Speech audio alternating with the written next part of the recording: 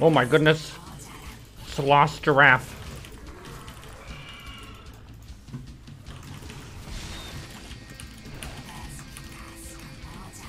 Okay, we need to get these to here, and we need this. Back up.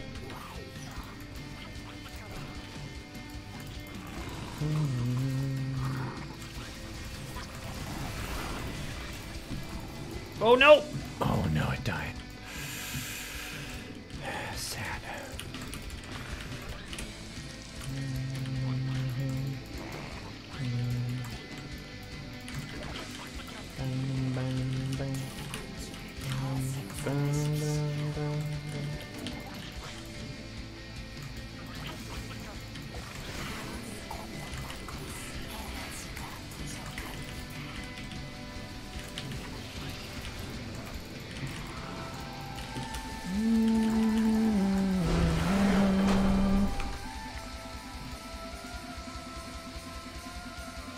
What's up with this game? Why has he only got 4 Archons and a Colossus?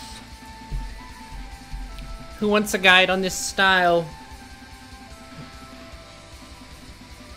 Raise your hand. Who wants a guide?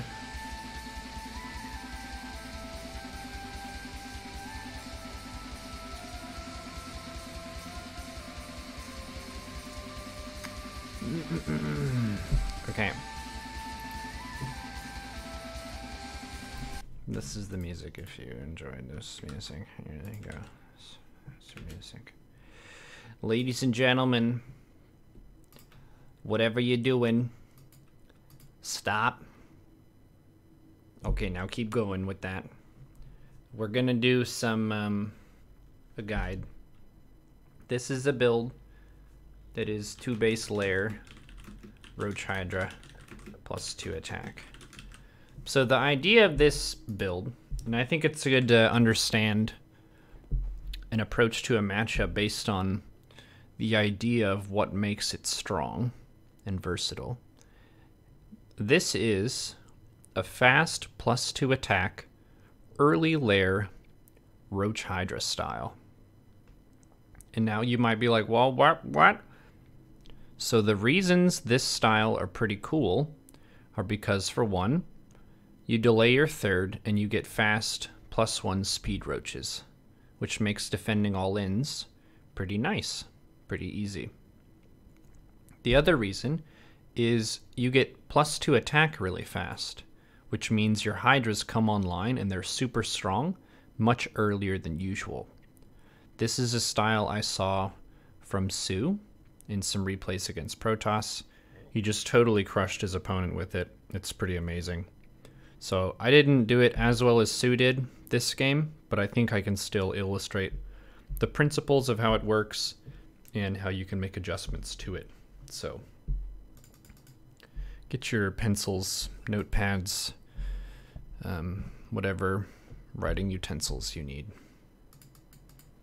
Okay, so the story begins basically the same as pretty much all the other macro Zerg builds I do, where you go hatch gas pool, so that is 13 Overlord, make a drone, and then drones, and then a drone. You can do 16 hatch to avoid getting blocked by the probe, or 15 hatch. That kind of decision usually doesn't matter too much. First Overlord goes across the map, second Overlord watches over the natural for funny business.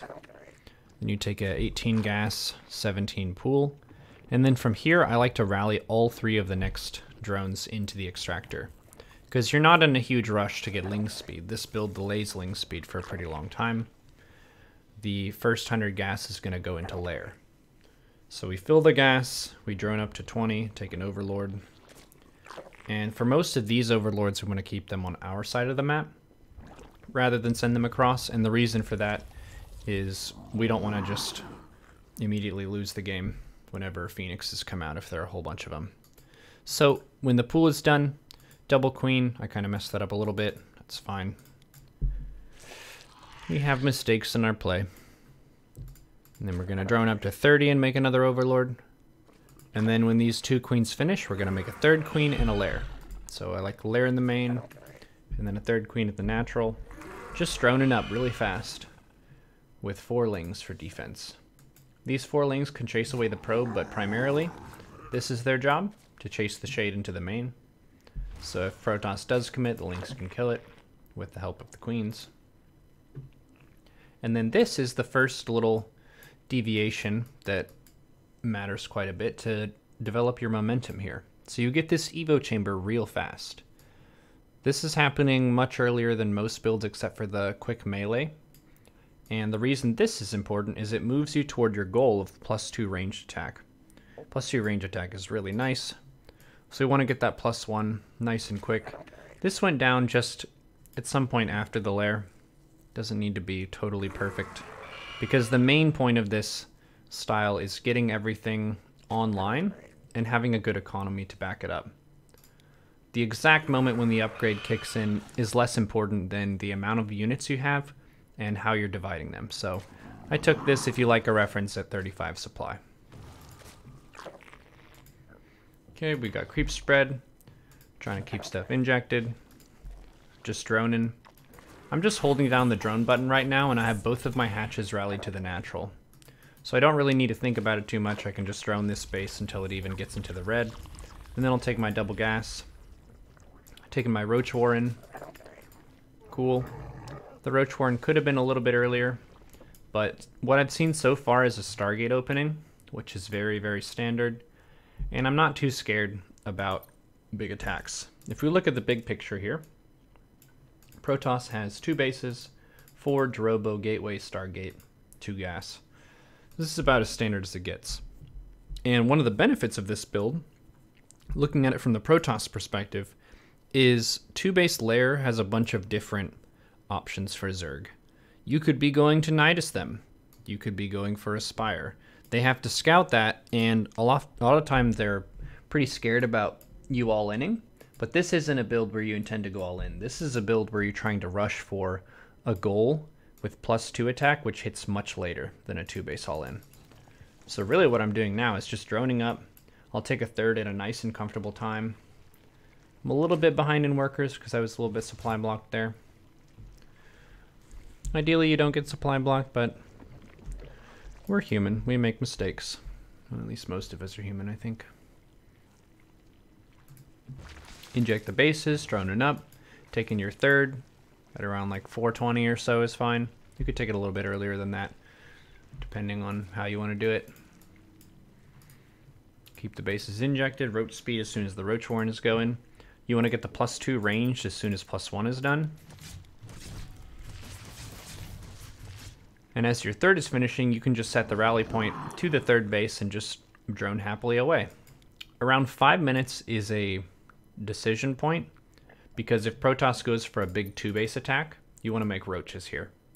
So you can kind of sense that based on an Overseer scout if they don't kill it with a Phoenix. I did lose my Overlord this time, so I don't have a great read, but I know this player quite a bit. He usually plays for a macro game, so I'm just gonna kind of drone away here. Most of the time you can drone away, but making, say, 8 to 10 roaches would be nice if you want to just be safe and not have to worry about it.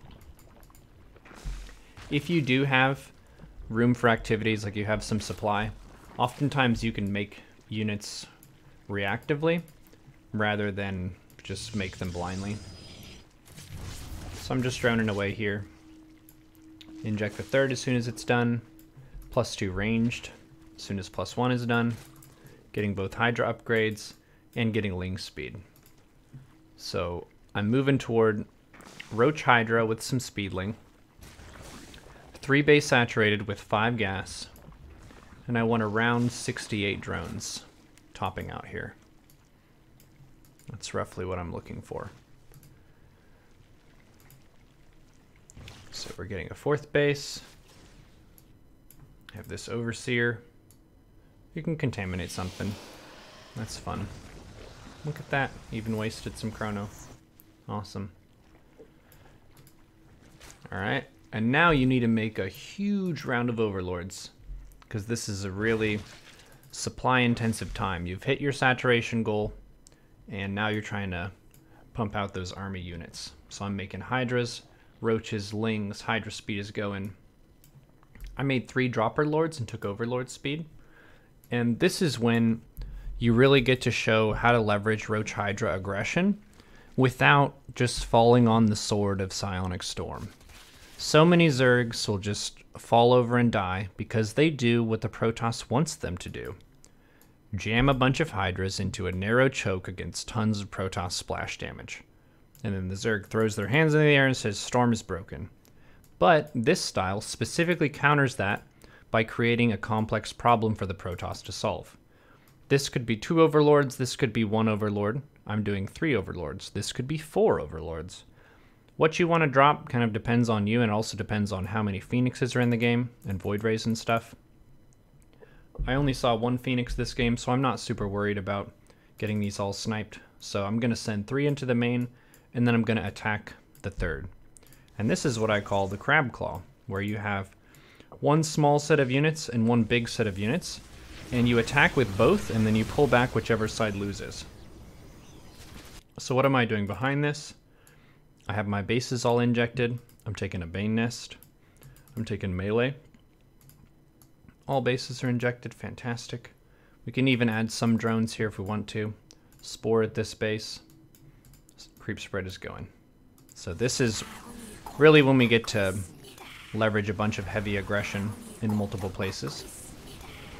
And you see how the Protoss army looks really different when it's forced to divide.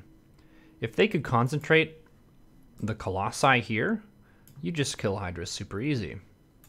These 3 Colossi, if they were all shooting this, this would just melt instantly. But they have to divide stuff and say, okay, well, we have to deal with this triple drop in the main, and we have to deal with this push over here at the 3rd base. It's really hard to be able to divide the proper set of units, so you really get to dictate the flow of the match at this point. Once you have all your upgrades online, your units are fast, they have their damage upgrade, you can focus down some targets, and then really start to take good trades for yourself. Because Zerg's benefit is production. We don't have the best units, but we can make units really fast. So as we're moving up in supply, if we can trade with some of these super luxurious and expensive Protoss units, that's better for us over the long term. Colossi and Disruptors, they get to a sort of critical mass, where if there are, say, 5 of them, they can just laser you down and you're toast. It's kind of like a win condition, unless you have air or something like that. And now we just rinse and repeat. We defend this attack, we load up again, and now we'll do a different kind of drop. Just 1 to each base, instead of 3 in 1 base. Keep the opponent guessing, keep it fresh and interesting. And then use the main army and go push somewhere else. So notice how the High Templar, the Archons, all this splash and stuff, it's a lot less impressive when you have to divide it. Like 1 Colossus chasing down Hydras, good job, but there's a push over here too. And there's a push over here too. And Zerg units are fast and they're cheap. So you're kind of doing the 1-2, 1-2, 1-2, punching in different places, rather than just hoping that you can make a bigger army than them and fight into them directly. And if you get enough damage in, eventually they just fall apart. Look, 37 probes against 68. We didn't drone anymore, but we've just been continually making units. We have a 5th base, so we can transfer stuff as our bases start to mine out. A lot of mistakes will happen from the opponent if they're forced to move around all the bases. And that's it. There's your RoachHydra style. You've got Infestation Pit and a Hive. Broodlord is 1 potential transition. You could go Ultras if you want to, if you notice there are no Immortals in the composition and you want to get some melee upgrades and stuff. You can also just get Adrenal Glands. Yeah. Well, there you go. Crab Claw. RoachHydra style. Is this the new way Neuro's playing ZvP? It's one way to play it. I haven't really just switched over to it as my style that I always go for, but when I go for it, sometimes it works.